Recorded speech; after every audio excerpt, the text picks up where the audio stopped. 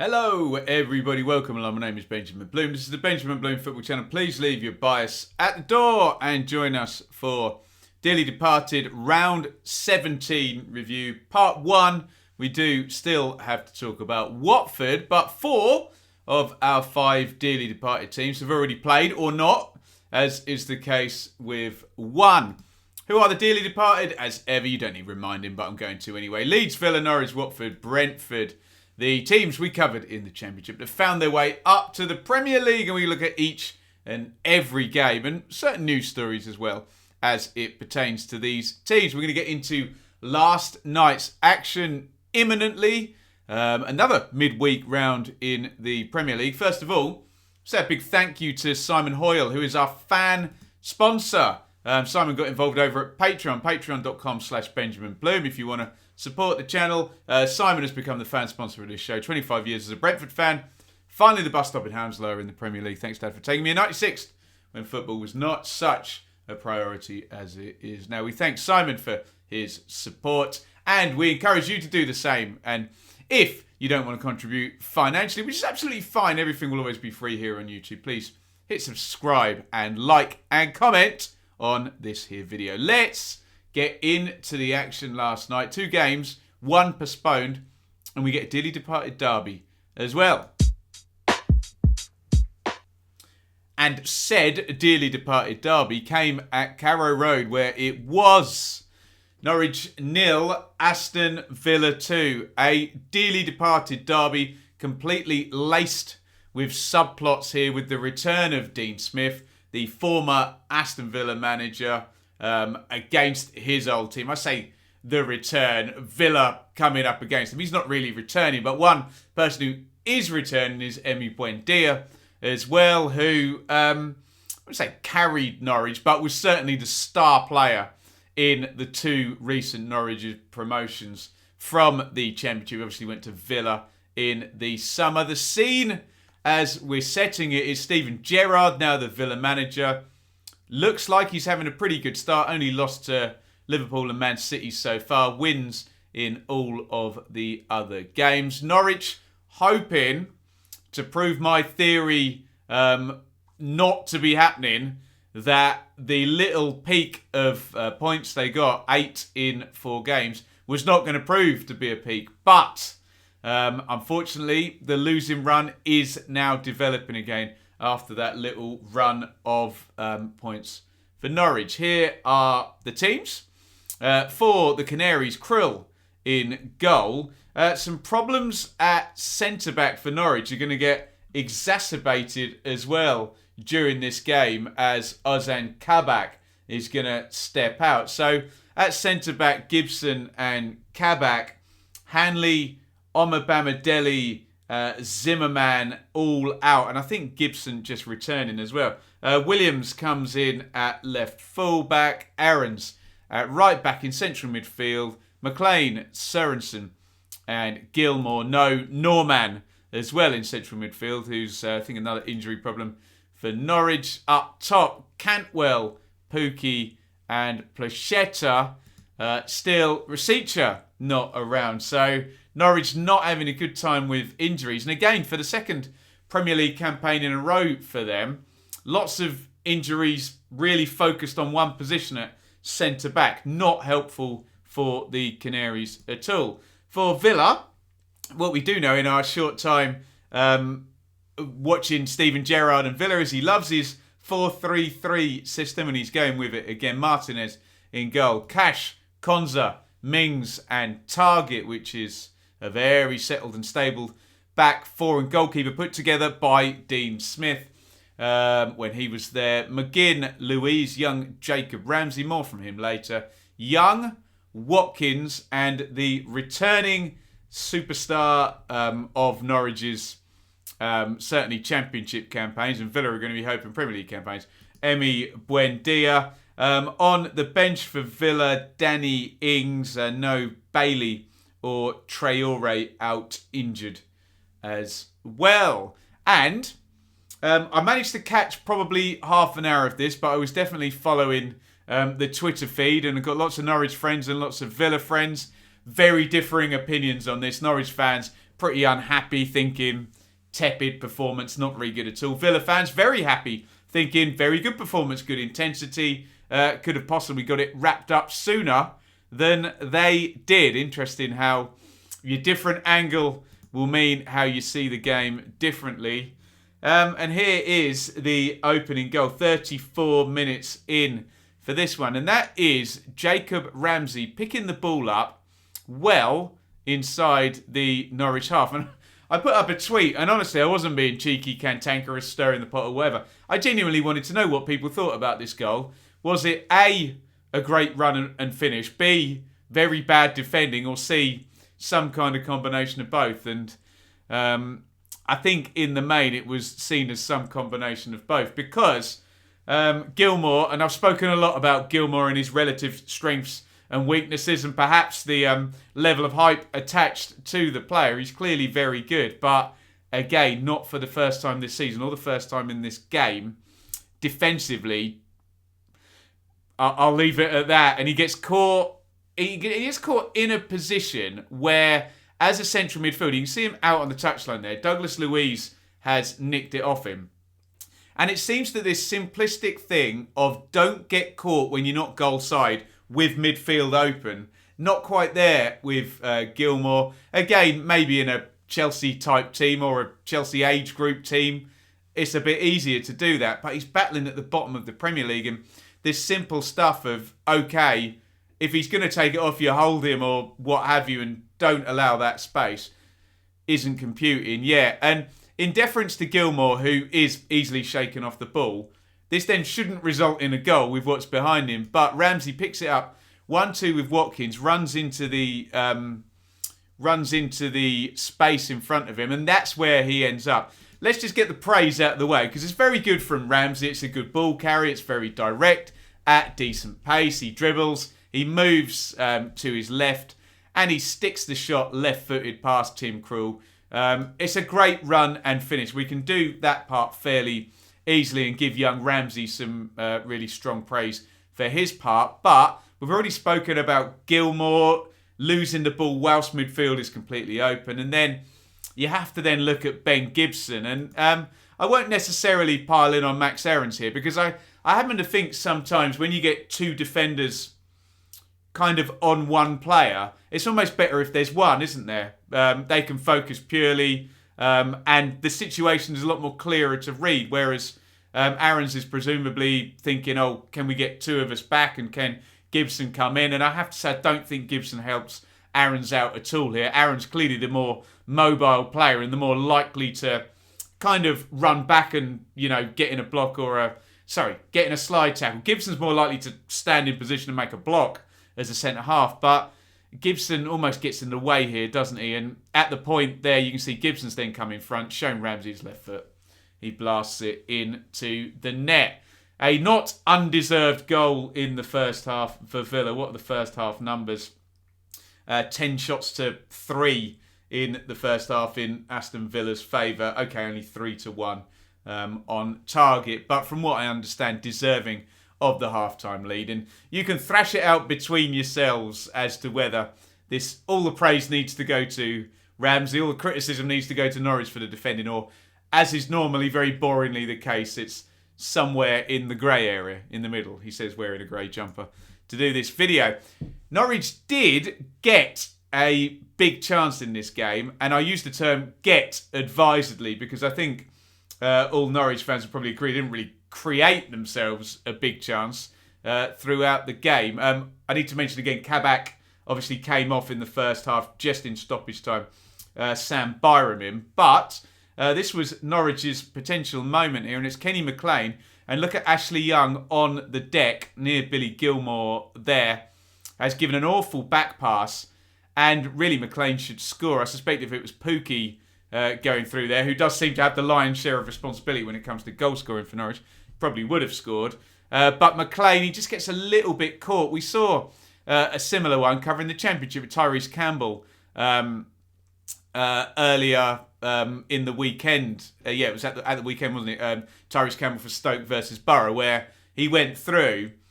And you can say good goalkeeping, because often in this situation, the forward almost wants the keeper to make his mind up for them. Either go to ground and slide to block the shot, and then you can do the dink, commit fully like that, and you can go round. Where Martinez does well here is he comes and narrows the angle, but he doesn't overcommit, which then forces McLean, who thinks he might want to go round the keeper or through the legs or dink or whatever. Oh, crap, I've got to take a shot here. And he kind of pokes at it and misses it there. So just loses his composure slightly, McLean, their hot favourite. Need to give Martinez some credit as well for standing up, not overcommitting, which normally results in goal, penalty, whatever into the bargain there. And I will reiterate my point that Norwich didn't really create that chance as much as they were given it. And that's been a big part of the analysis I've seen from my Norwich friends since the game, that they didn't really create anything in this game. And I think the XG in the shot map's going to point that one out. It takes Villa until minute 87. I think Watkins has a good headed chance that Coyle saves well with his feet. But on comes Carney Chukwuemeka, who looks a very good player, doesn't he? Down the left wing. And I promise I've got nothing against this guy. I want Billy Gilmour to have a great career. The problem is when I hear a player hyped as much as he is, I don't expect these type of mistakes that you do see defensively from this player, however he is as good as a passer. And it's just a complete mismatch against Chukwuemeka, where Gilmour's kind of 50-50 on the left wing. And it's one of those where you've got to do one of two things. You've got to go with the player and make it really hard for him to get any kind of cross in. Or, as much as us fans don't like this, and I'd probably like the rules to be changed, you've got to take one for the team there and bring him down and make the tactical foul. Gilmour does neither, and Chukwuemeka's allowed a run into the box. Sorensen, their number 19, is across the cover, but it's an easy cross in the end for Chukwuemeka. He's very direct, like Ramsey in the first half. Puts it across, and there is Ollie Watkins, as a good striker should be. Time you run right, and you're going to get a tap in for that. And it is 2-0 to Villa. There are the numbers, 50-50 on the possession, but heavily in Villa's favour on the shot count there, 17-7, and the shots on target, 6-3, 10 corners to 7. Only one big chance apiece in this one. So that's fairly tight, but pretty much all my Norwich and Villa friends who've, I've read their opinion on this, were it wasn't good from Norwich and it was a deserved win from Villa, who played well. Little look at the shot map, and you can see that McLean chance there accounts for just about half of Norwich's XG. Otherwise, it's a few small yellow spots, and Villa a lot more there, 1.7 on their XG. Looks like a deserved win for Villa, and Stevie Gerrard goes marching on. Let me know, Villa fans, what the expectations. I'm sure you're just going to tell me, fine, Ben, happy, stay the course, keep it moving, happy with the system. And still the question remains, how do you incorporate Ings, Buendia, Watkins, Bailey into three positions off the front? But everything is working at the moment, and when you look, the only defeats so far for Stevie G have come against Liverpool and Man City. All looks very good. We'll look at the table at the end of the show.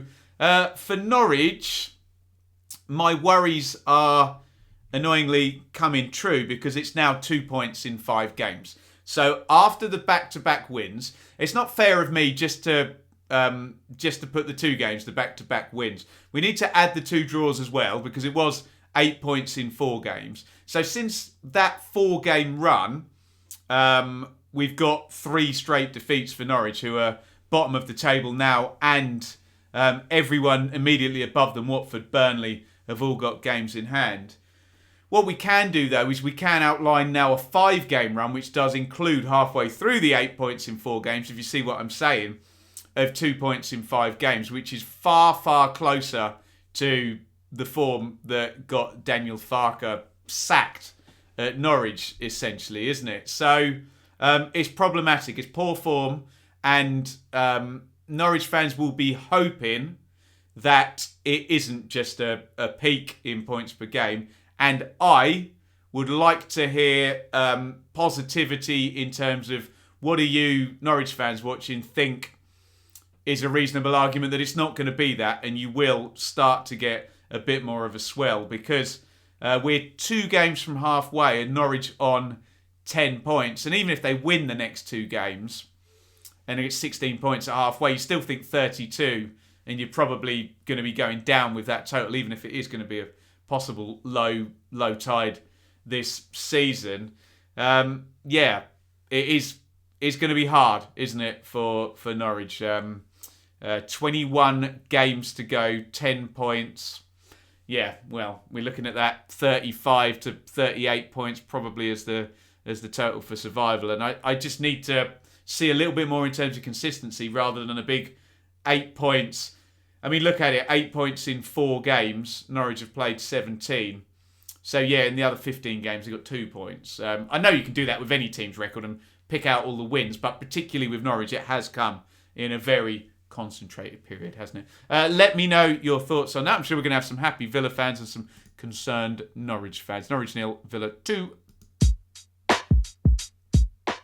Right, we don't have a great deal to say about Brentford versus Manchester United because it didn't happen. I'm sure plenty of people will have plenty to say about COVID and cancellations and all of that good stuff, but maybe that can be for the comments rather than for me to speculate. And let's try and keep our comments where we are speculating, acknowledging that we are indeed speculating. So, this is what we know from the Premier League.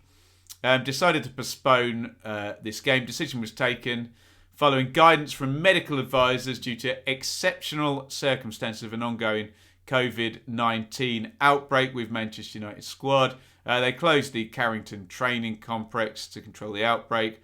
League wishes a quick recovery. Health and players and staff are priority, etc., etc. New protocols are coming in. So look, COVID and the pandemic very, very quickly becomes a political football, doesn't it?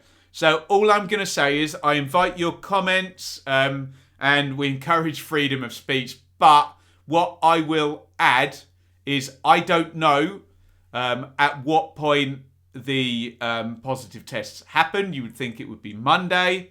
I don't know how many happened. I don't know how many players are required to isolate as contacts to positive tests. And I don't think it's sensible or helpful to speculate and start playing. And I'm not accusing Brentford fans of this. I've seen plenty of fans doing this, by the way. I don't think without all the information we can go down the big club, little club route and, this club gets to cancel and this club doesn't. Without all the information, I don't feel I can make any kind of judgment on this other than to say, let's hope everybody's safe. Let's hope the Manchester United squad can control the outbreak. I doubt they're going to be playing at the weekend now, either with 10 days being the normal number here. So, look, game cancelled. Get your views in, but if you're speculating, remember, it's worthwhile to acknowledge that you don't know all the information. None of us really do, apart from maybe the inner sanctum at Manchester United and the Premier League medical bods. So, enough said. COVID is always a thorny subject and people do get very emotional about it, but there we go. Maybe the Leeds fans would rather I continued banging on about COVID before we go on to their slightly harrowing game at Manchester City, which we're going to do right now. And I say harrowing, Manchester City 7, Leeds 0. So look, I won't stand on ceremony because the narrative's fairly clear. Awful night for Leeds, awful performance. Very good from Manchester City. They're flying top of the league, 7 wins in a row, 9 wins in 10. Blah, blah, blah. Man City are very good. We know all of that. We will go through the goals. But I suppose the more pertinent points for our show here, Dearly Departed, is our angle is Leeds, obviously. And just this season, really. And Leeds kind of still stuck in that bottom 5 and still, the term I always use is can't get going. There are mitigating factors. They played Chelsea and Manchester City in a row and they don't have Cooper, the captain, Phillips, potentially, maybe there's an argument for Rafinha, the best player, Bamford, the best goal scorer, and Rodrigo, a bid signing from last season. So they are clearly without key players, aren't they?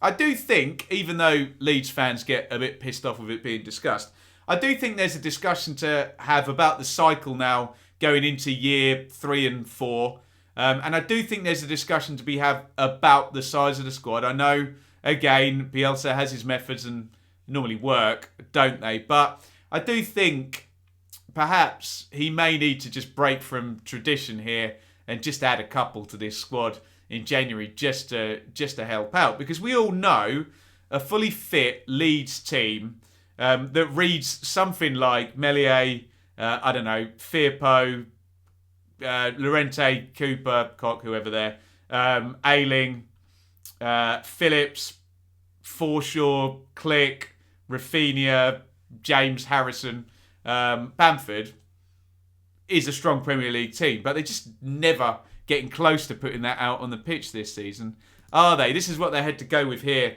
at the Etihad. So Meslier in goal, Shackleton covering at right back, Ayling covering at centre back, Llorente, Firpo, Forshaw, Dallas doing his turn in midfield now, Harrison, Roberts, Rafinha, James, all good players up there, but in terms of actual, playing in favoured positions, particularly up top, the idea of James, obviously hugely fast player, but Bamford makes a difference, and he came back for half an hour, scored, and he's gone away again, hasn't he? For Manchester City, Ederson in goal, Zinchenko, Laporte, Diaz, Stones, Bernardo Silva, Rodri, Grealish, De Bruyne, Mahrez, Foden. So maybe I defeat my own argument there, talking about specific dedicated number 9 striker, because Manchester City don't have one. But hey, Manchester City have accumulated a very, very, very fine squad under a very fine manager by spending a hell of a lot of money over a lot of years. So perhaps when we're talking about lack of strikers, it's a glaring false equivalent to compare Leeds and Man City in that regard. So I won't do it. Right, Leeds fans, fast forward now. We'll go through the goals and then we'll look at the numbers. Horrible goal. You know you're going to have a bad day when this happens after 8 minutes. It's like tackle, bounce through, half clearance. Foden hits the shot. Dallas is back on the line, kind of runs past it and shanks it into his own net. Awful goal. Ugly goal, but hey, Foden will be pleased, and he's playing number 9 and he scored after 8 minutes, even though he's a left winger essentially, isn't it? This is poor from Leeds as well, isn't it? Second phase, they're just in a horrible shape for an in-swinging cross there, which comes in from Riyad Mahrez. And look, Grealish and Foden arriving, is hardly, Joe Jordan and Tim Cahill and Jurgen Klinsmann aerially, is it? So, yeah, not great for those first 2 goals by Leeds. 2 down on 13 minutes. Nice little set through, but it's a walk through for Kevin De Bruyne, who smacks in number 3 with his left foot, at which point Matt Click comes in for Jamie Shackleton at halftime. Joe Gelhardt is going to come in for Dan James, so maybe more of a dedicated striker on the pitch then, but hey, small mercies, because 3-0 is going to turn to 7-0. Say what you like about this, lucky goal, annoying goal, but is what it is. Mahrez hits the shot, deflects off Firpo, I think, and flies into the other corner. So, yeah, we can say bad defending, we can say a bit of bad luck for a couple of... But it's 7 at the end of the day, isn't it? 7 is 7. This is a great goal, actually. I think even our Leeds friends will admit this. De Bruyne is just brilliant in this position. Just drills it right-footed into the top corner to set himself up for the perfect hat-trick. He doesn't get the headed goal to add, but we are going to get more goals in this one. It's poor from Leeds again, because they get pretty much 3 goes at this. Meslier does quite well. Probably the hardest shot out of all of them from Stones, and he bends it past Meslier with the left foot. Are we there? Yes, we are. Thank God for that. And again, poor Leeds fans will be disappointed with this one. Nathan Ake in the 78th minute, heading in Phil Foden's cross unmarked from a corner. And you can tell, you can see the Leeds fans walking back. They're just done at this point. End the game, get home, get it done, and get some of those key players back in the team. Just horrible from Leeds. 0.26 on the XG, so they created nothing. We can make any arguments you like about A couple of the goals being gnarly, a couple of the goals being bad. It's just a very, very, very, very, very bad night at the office for Leeds against the league leaders who are winning 7 in a row. But look, do the numbers: 31 shots, whoop-de-doo, 4 big chances to 0. I think we understand the narrative of the game without me labouring the point there and annoying my Leeds friends anymore. I think more to the point is, how do Leeds move away from the bottom 5 where we suspect they will be? Would be one question I would ask. Would that be an addition in January or two, a little tweak to the squad just to add a little bit more depth to cope with? Seem to be struggling really. Yes, I do acknowledge they're key players that are out: Bamford, Rodrigo, Phillips and Cooper at the moment, and it seems to have been the case that they've just not put their first team out during the season. But look, that can happen, can't it? That can happen. Take Liverpool last season, and as soon as you lose Virgil van Dijk for the season, you're not going to put your first team out for the entire season. Yes, I know it's apples and oranges in terms of the clubs, but you take my point, it does happen to everybody. You have to be able to mitigate, and Leeds aren't mitigating it very well at all. And the other question I would ask is, can Leeds at this stage accept just a transitional season where, you know, you're in the Premier League, you survive, you bank a load more money, maybe the 49ers takeover gets a little bit closer and all of that. Maybe you retool and you plan for some players to go out, and that cycle of year 3 to year 4, you know, is dealt with, and you move on next season. I don't know. Is that acceptable for Leeds? I suppose Bielsa's earned himself a hell of a lot of credit with his brilliant work so far, hasn't he? So let me know your thoughts on all of that, rather than talking about the game, which ended a rather awful Manchester City 7, Leeds 0. Sorry, Leeds fans. Okay, there you go. We've done it. I had to do a 7-0 Norwich and Chelsea earlier in the season as well, didn't I? So there we go. This is not my first rodeo. Aston Villa, well done. Flying the flag for the dearly departed Stevie Gerrard. That is 4 wins in 6 as manager. I believe I am right in saying Villa up to 9, full looking very good. We are recording at lunchtime on Wednesday, so Villa may not be in the top half, but they are at the moment, and I can't tell you what's going to happen as it pertains to Wolves, Brighton, Palace, who could all... that is as far... Could all possibly catch up with Villa in the near future. But well done, Stevie G. Brentford in 11th now, game in hand. They will hope fixture stuff doesn't get too crazy for them. What I will say is the postponement does come at a time for Brentford where they would have played that game without David Raya, without possibly Ethan Pinnock, he wasn't around, Christoph Ayer, and of course Ivan Toney as well. So every cloud, maybe they'll have some of those players back when they do end up playing Manchester United. Looking a bit further down, Leeds, just stuck, aren't they?